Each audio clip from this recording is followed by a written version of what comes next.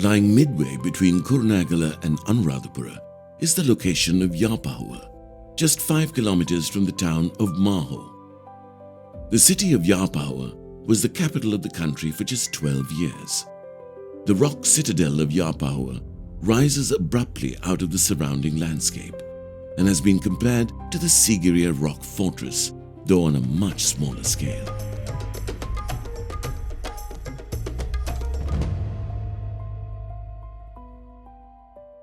The layout of the Yapahuwa rock citadel is in several layers. A bird's eye view shows the outer moat with entrances, inner moat, ramparts, the temple complex, the inner city, buildings, and the staircase leading to the Dalada Maligava, where the tooth relic was kept. The outer moat and fortifications of the Yapahuwa complex is what one encounters first. After passing the sentinel points, one arrives at the second moat. The remains of a brick rampart and fortifications still exists. In the latter part of the 13th century, and in 1272 CE, King Bhuvanikabahu I moved the capital from Damadanya to Yapahuwa, as he felt that this was a more secure site against invasion from foreign forces. The tooth relic was also moved here and kept in the Temple of the Tooth. The Yapahuwa Rajamahaviharya is a Buddhist temple complex built during the Kandyan Kingdom and is well preserved and located at the base of the rock.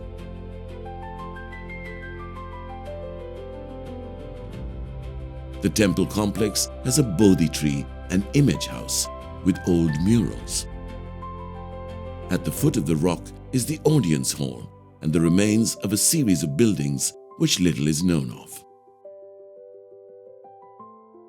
The most interesting showpiece of the Yapahuwa rock is the staircase leading to 3 distinct levels and the temple complex. One has to negotiate a steep gradient of steps constructed at a 70-degree angle. It is conjectured that this was a deliberate attempt to slow down any foreign force which attempted to storm the kingdom. After ascending the first and second levels, you are presented with an ornate staircase and balustrade with a series of exquisite carvings. The top has a door frame in granite. This too is an outstanding example of workmanship and carving in stone. The carvings found in this upper section include dancers, drummers, female forms, dwarfs, lions, and elephant shapes, to name a few. The skill and excellence of the artisans and craftsmen are clearly visible by carving of the 2 granite window frames found, which would have been originally on either side of the door frame. While one frame is at the museum below the location, the other has been preserved at the National Museum at Colombo. Of course, one of the most interesting facets is the mythical and stylized lion form carved in granite on either side of the 3rd level staircase. This style of lion sculpture has been found only in Yapahuwa. It is presumed that a foreign influence, probably Chinese, is the result of this shape of lion. Excavations around the site have revealed over 1,000 coins of Chinese origin, giving some credence to this theory. The 3rd level brings one to location of the Temple of the Tooth. This level has the remains of the temple building foundation, water channels, retaining walls, and stone steps and carvings. Unlike Sigiriya, this is not the summit of the rock, but merely a level midway.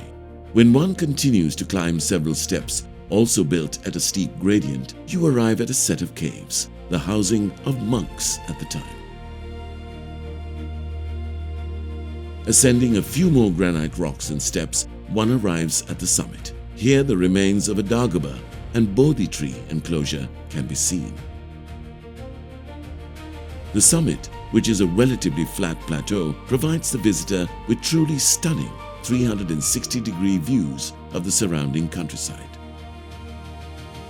While the invading Pandyan kingdoms from India took the tooth relic and plundered the treasures within the Yapahuwa kingdom, It was the Portuguese who arrived in the 16th century and destroyed the palace along with many priceless artifacts.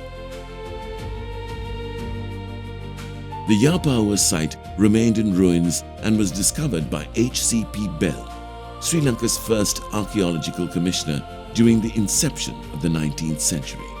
The area around the Yapahuwa citadel has not been fully excavated or explored, and it's believed that what we see today is just a part of the site.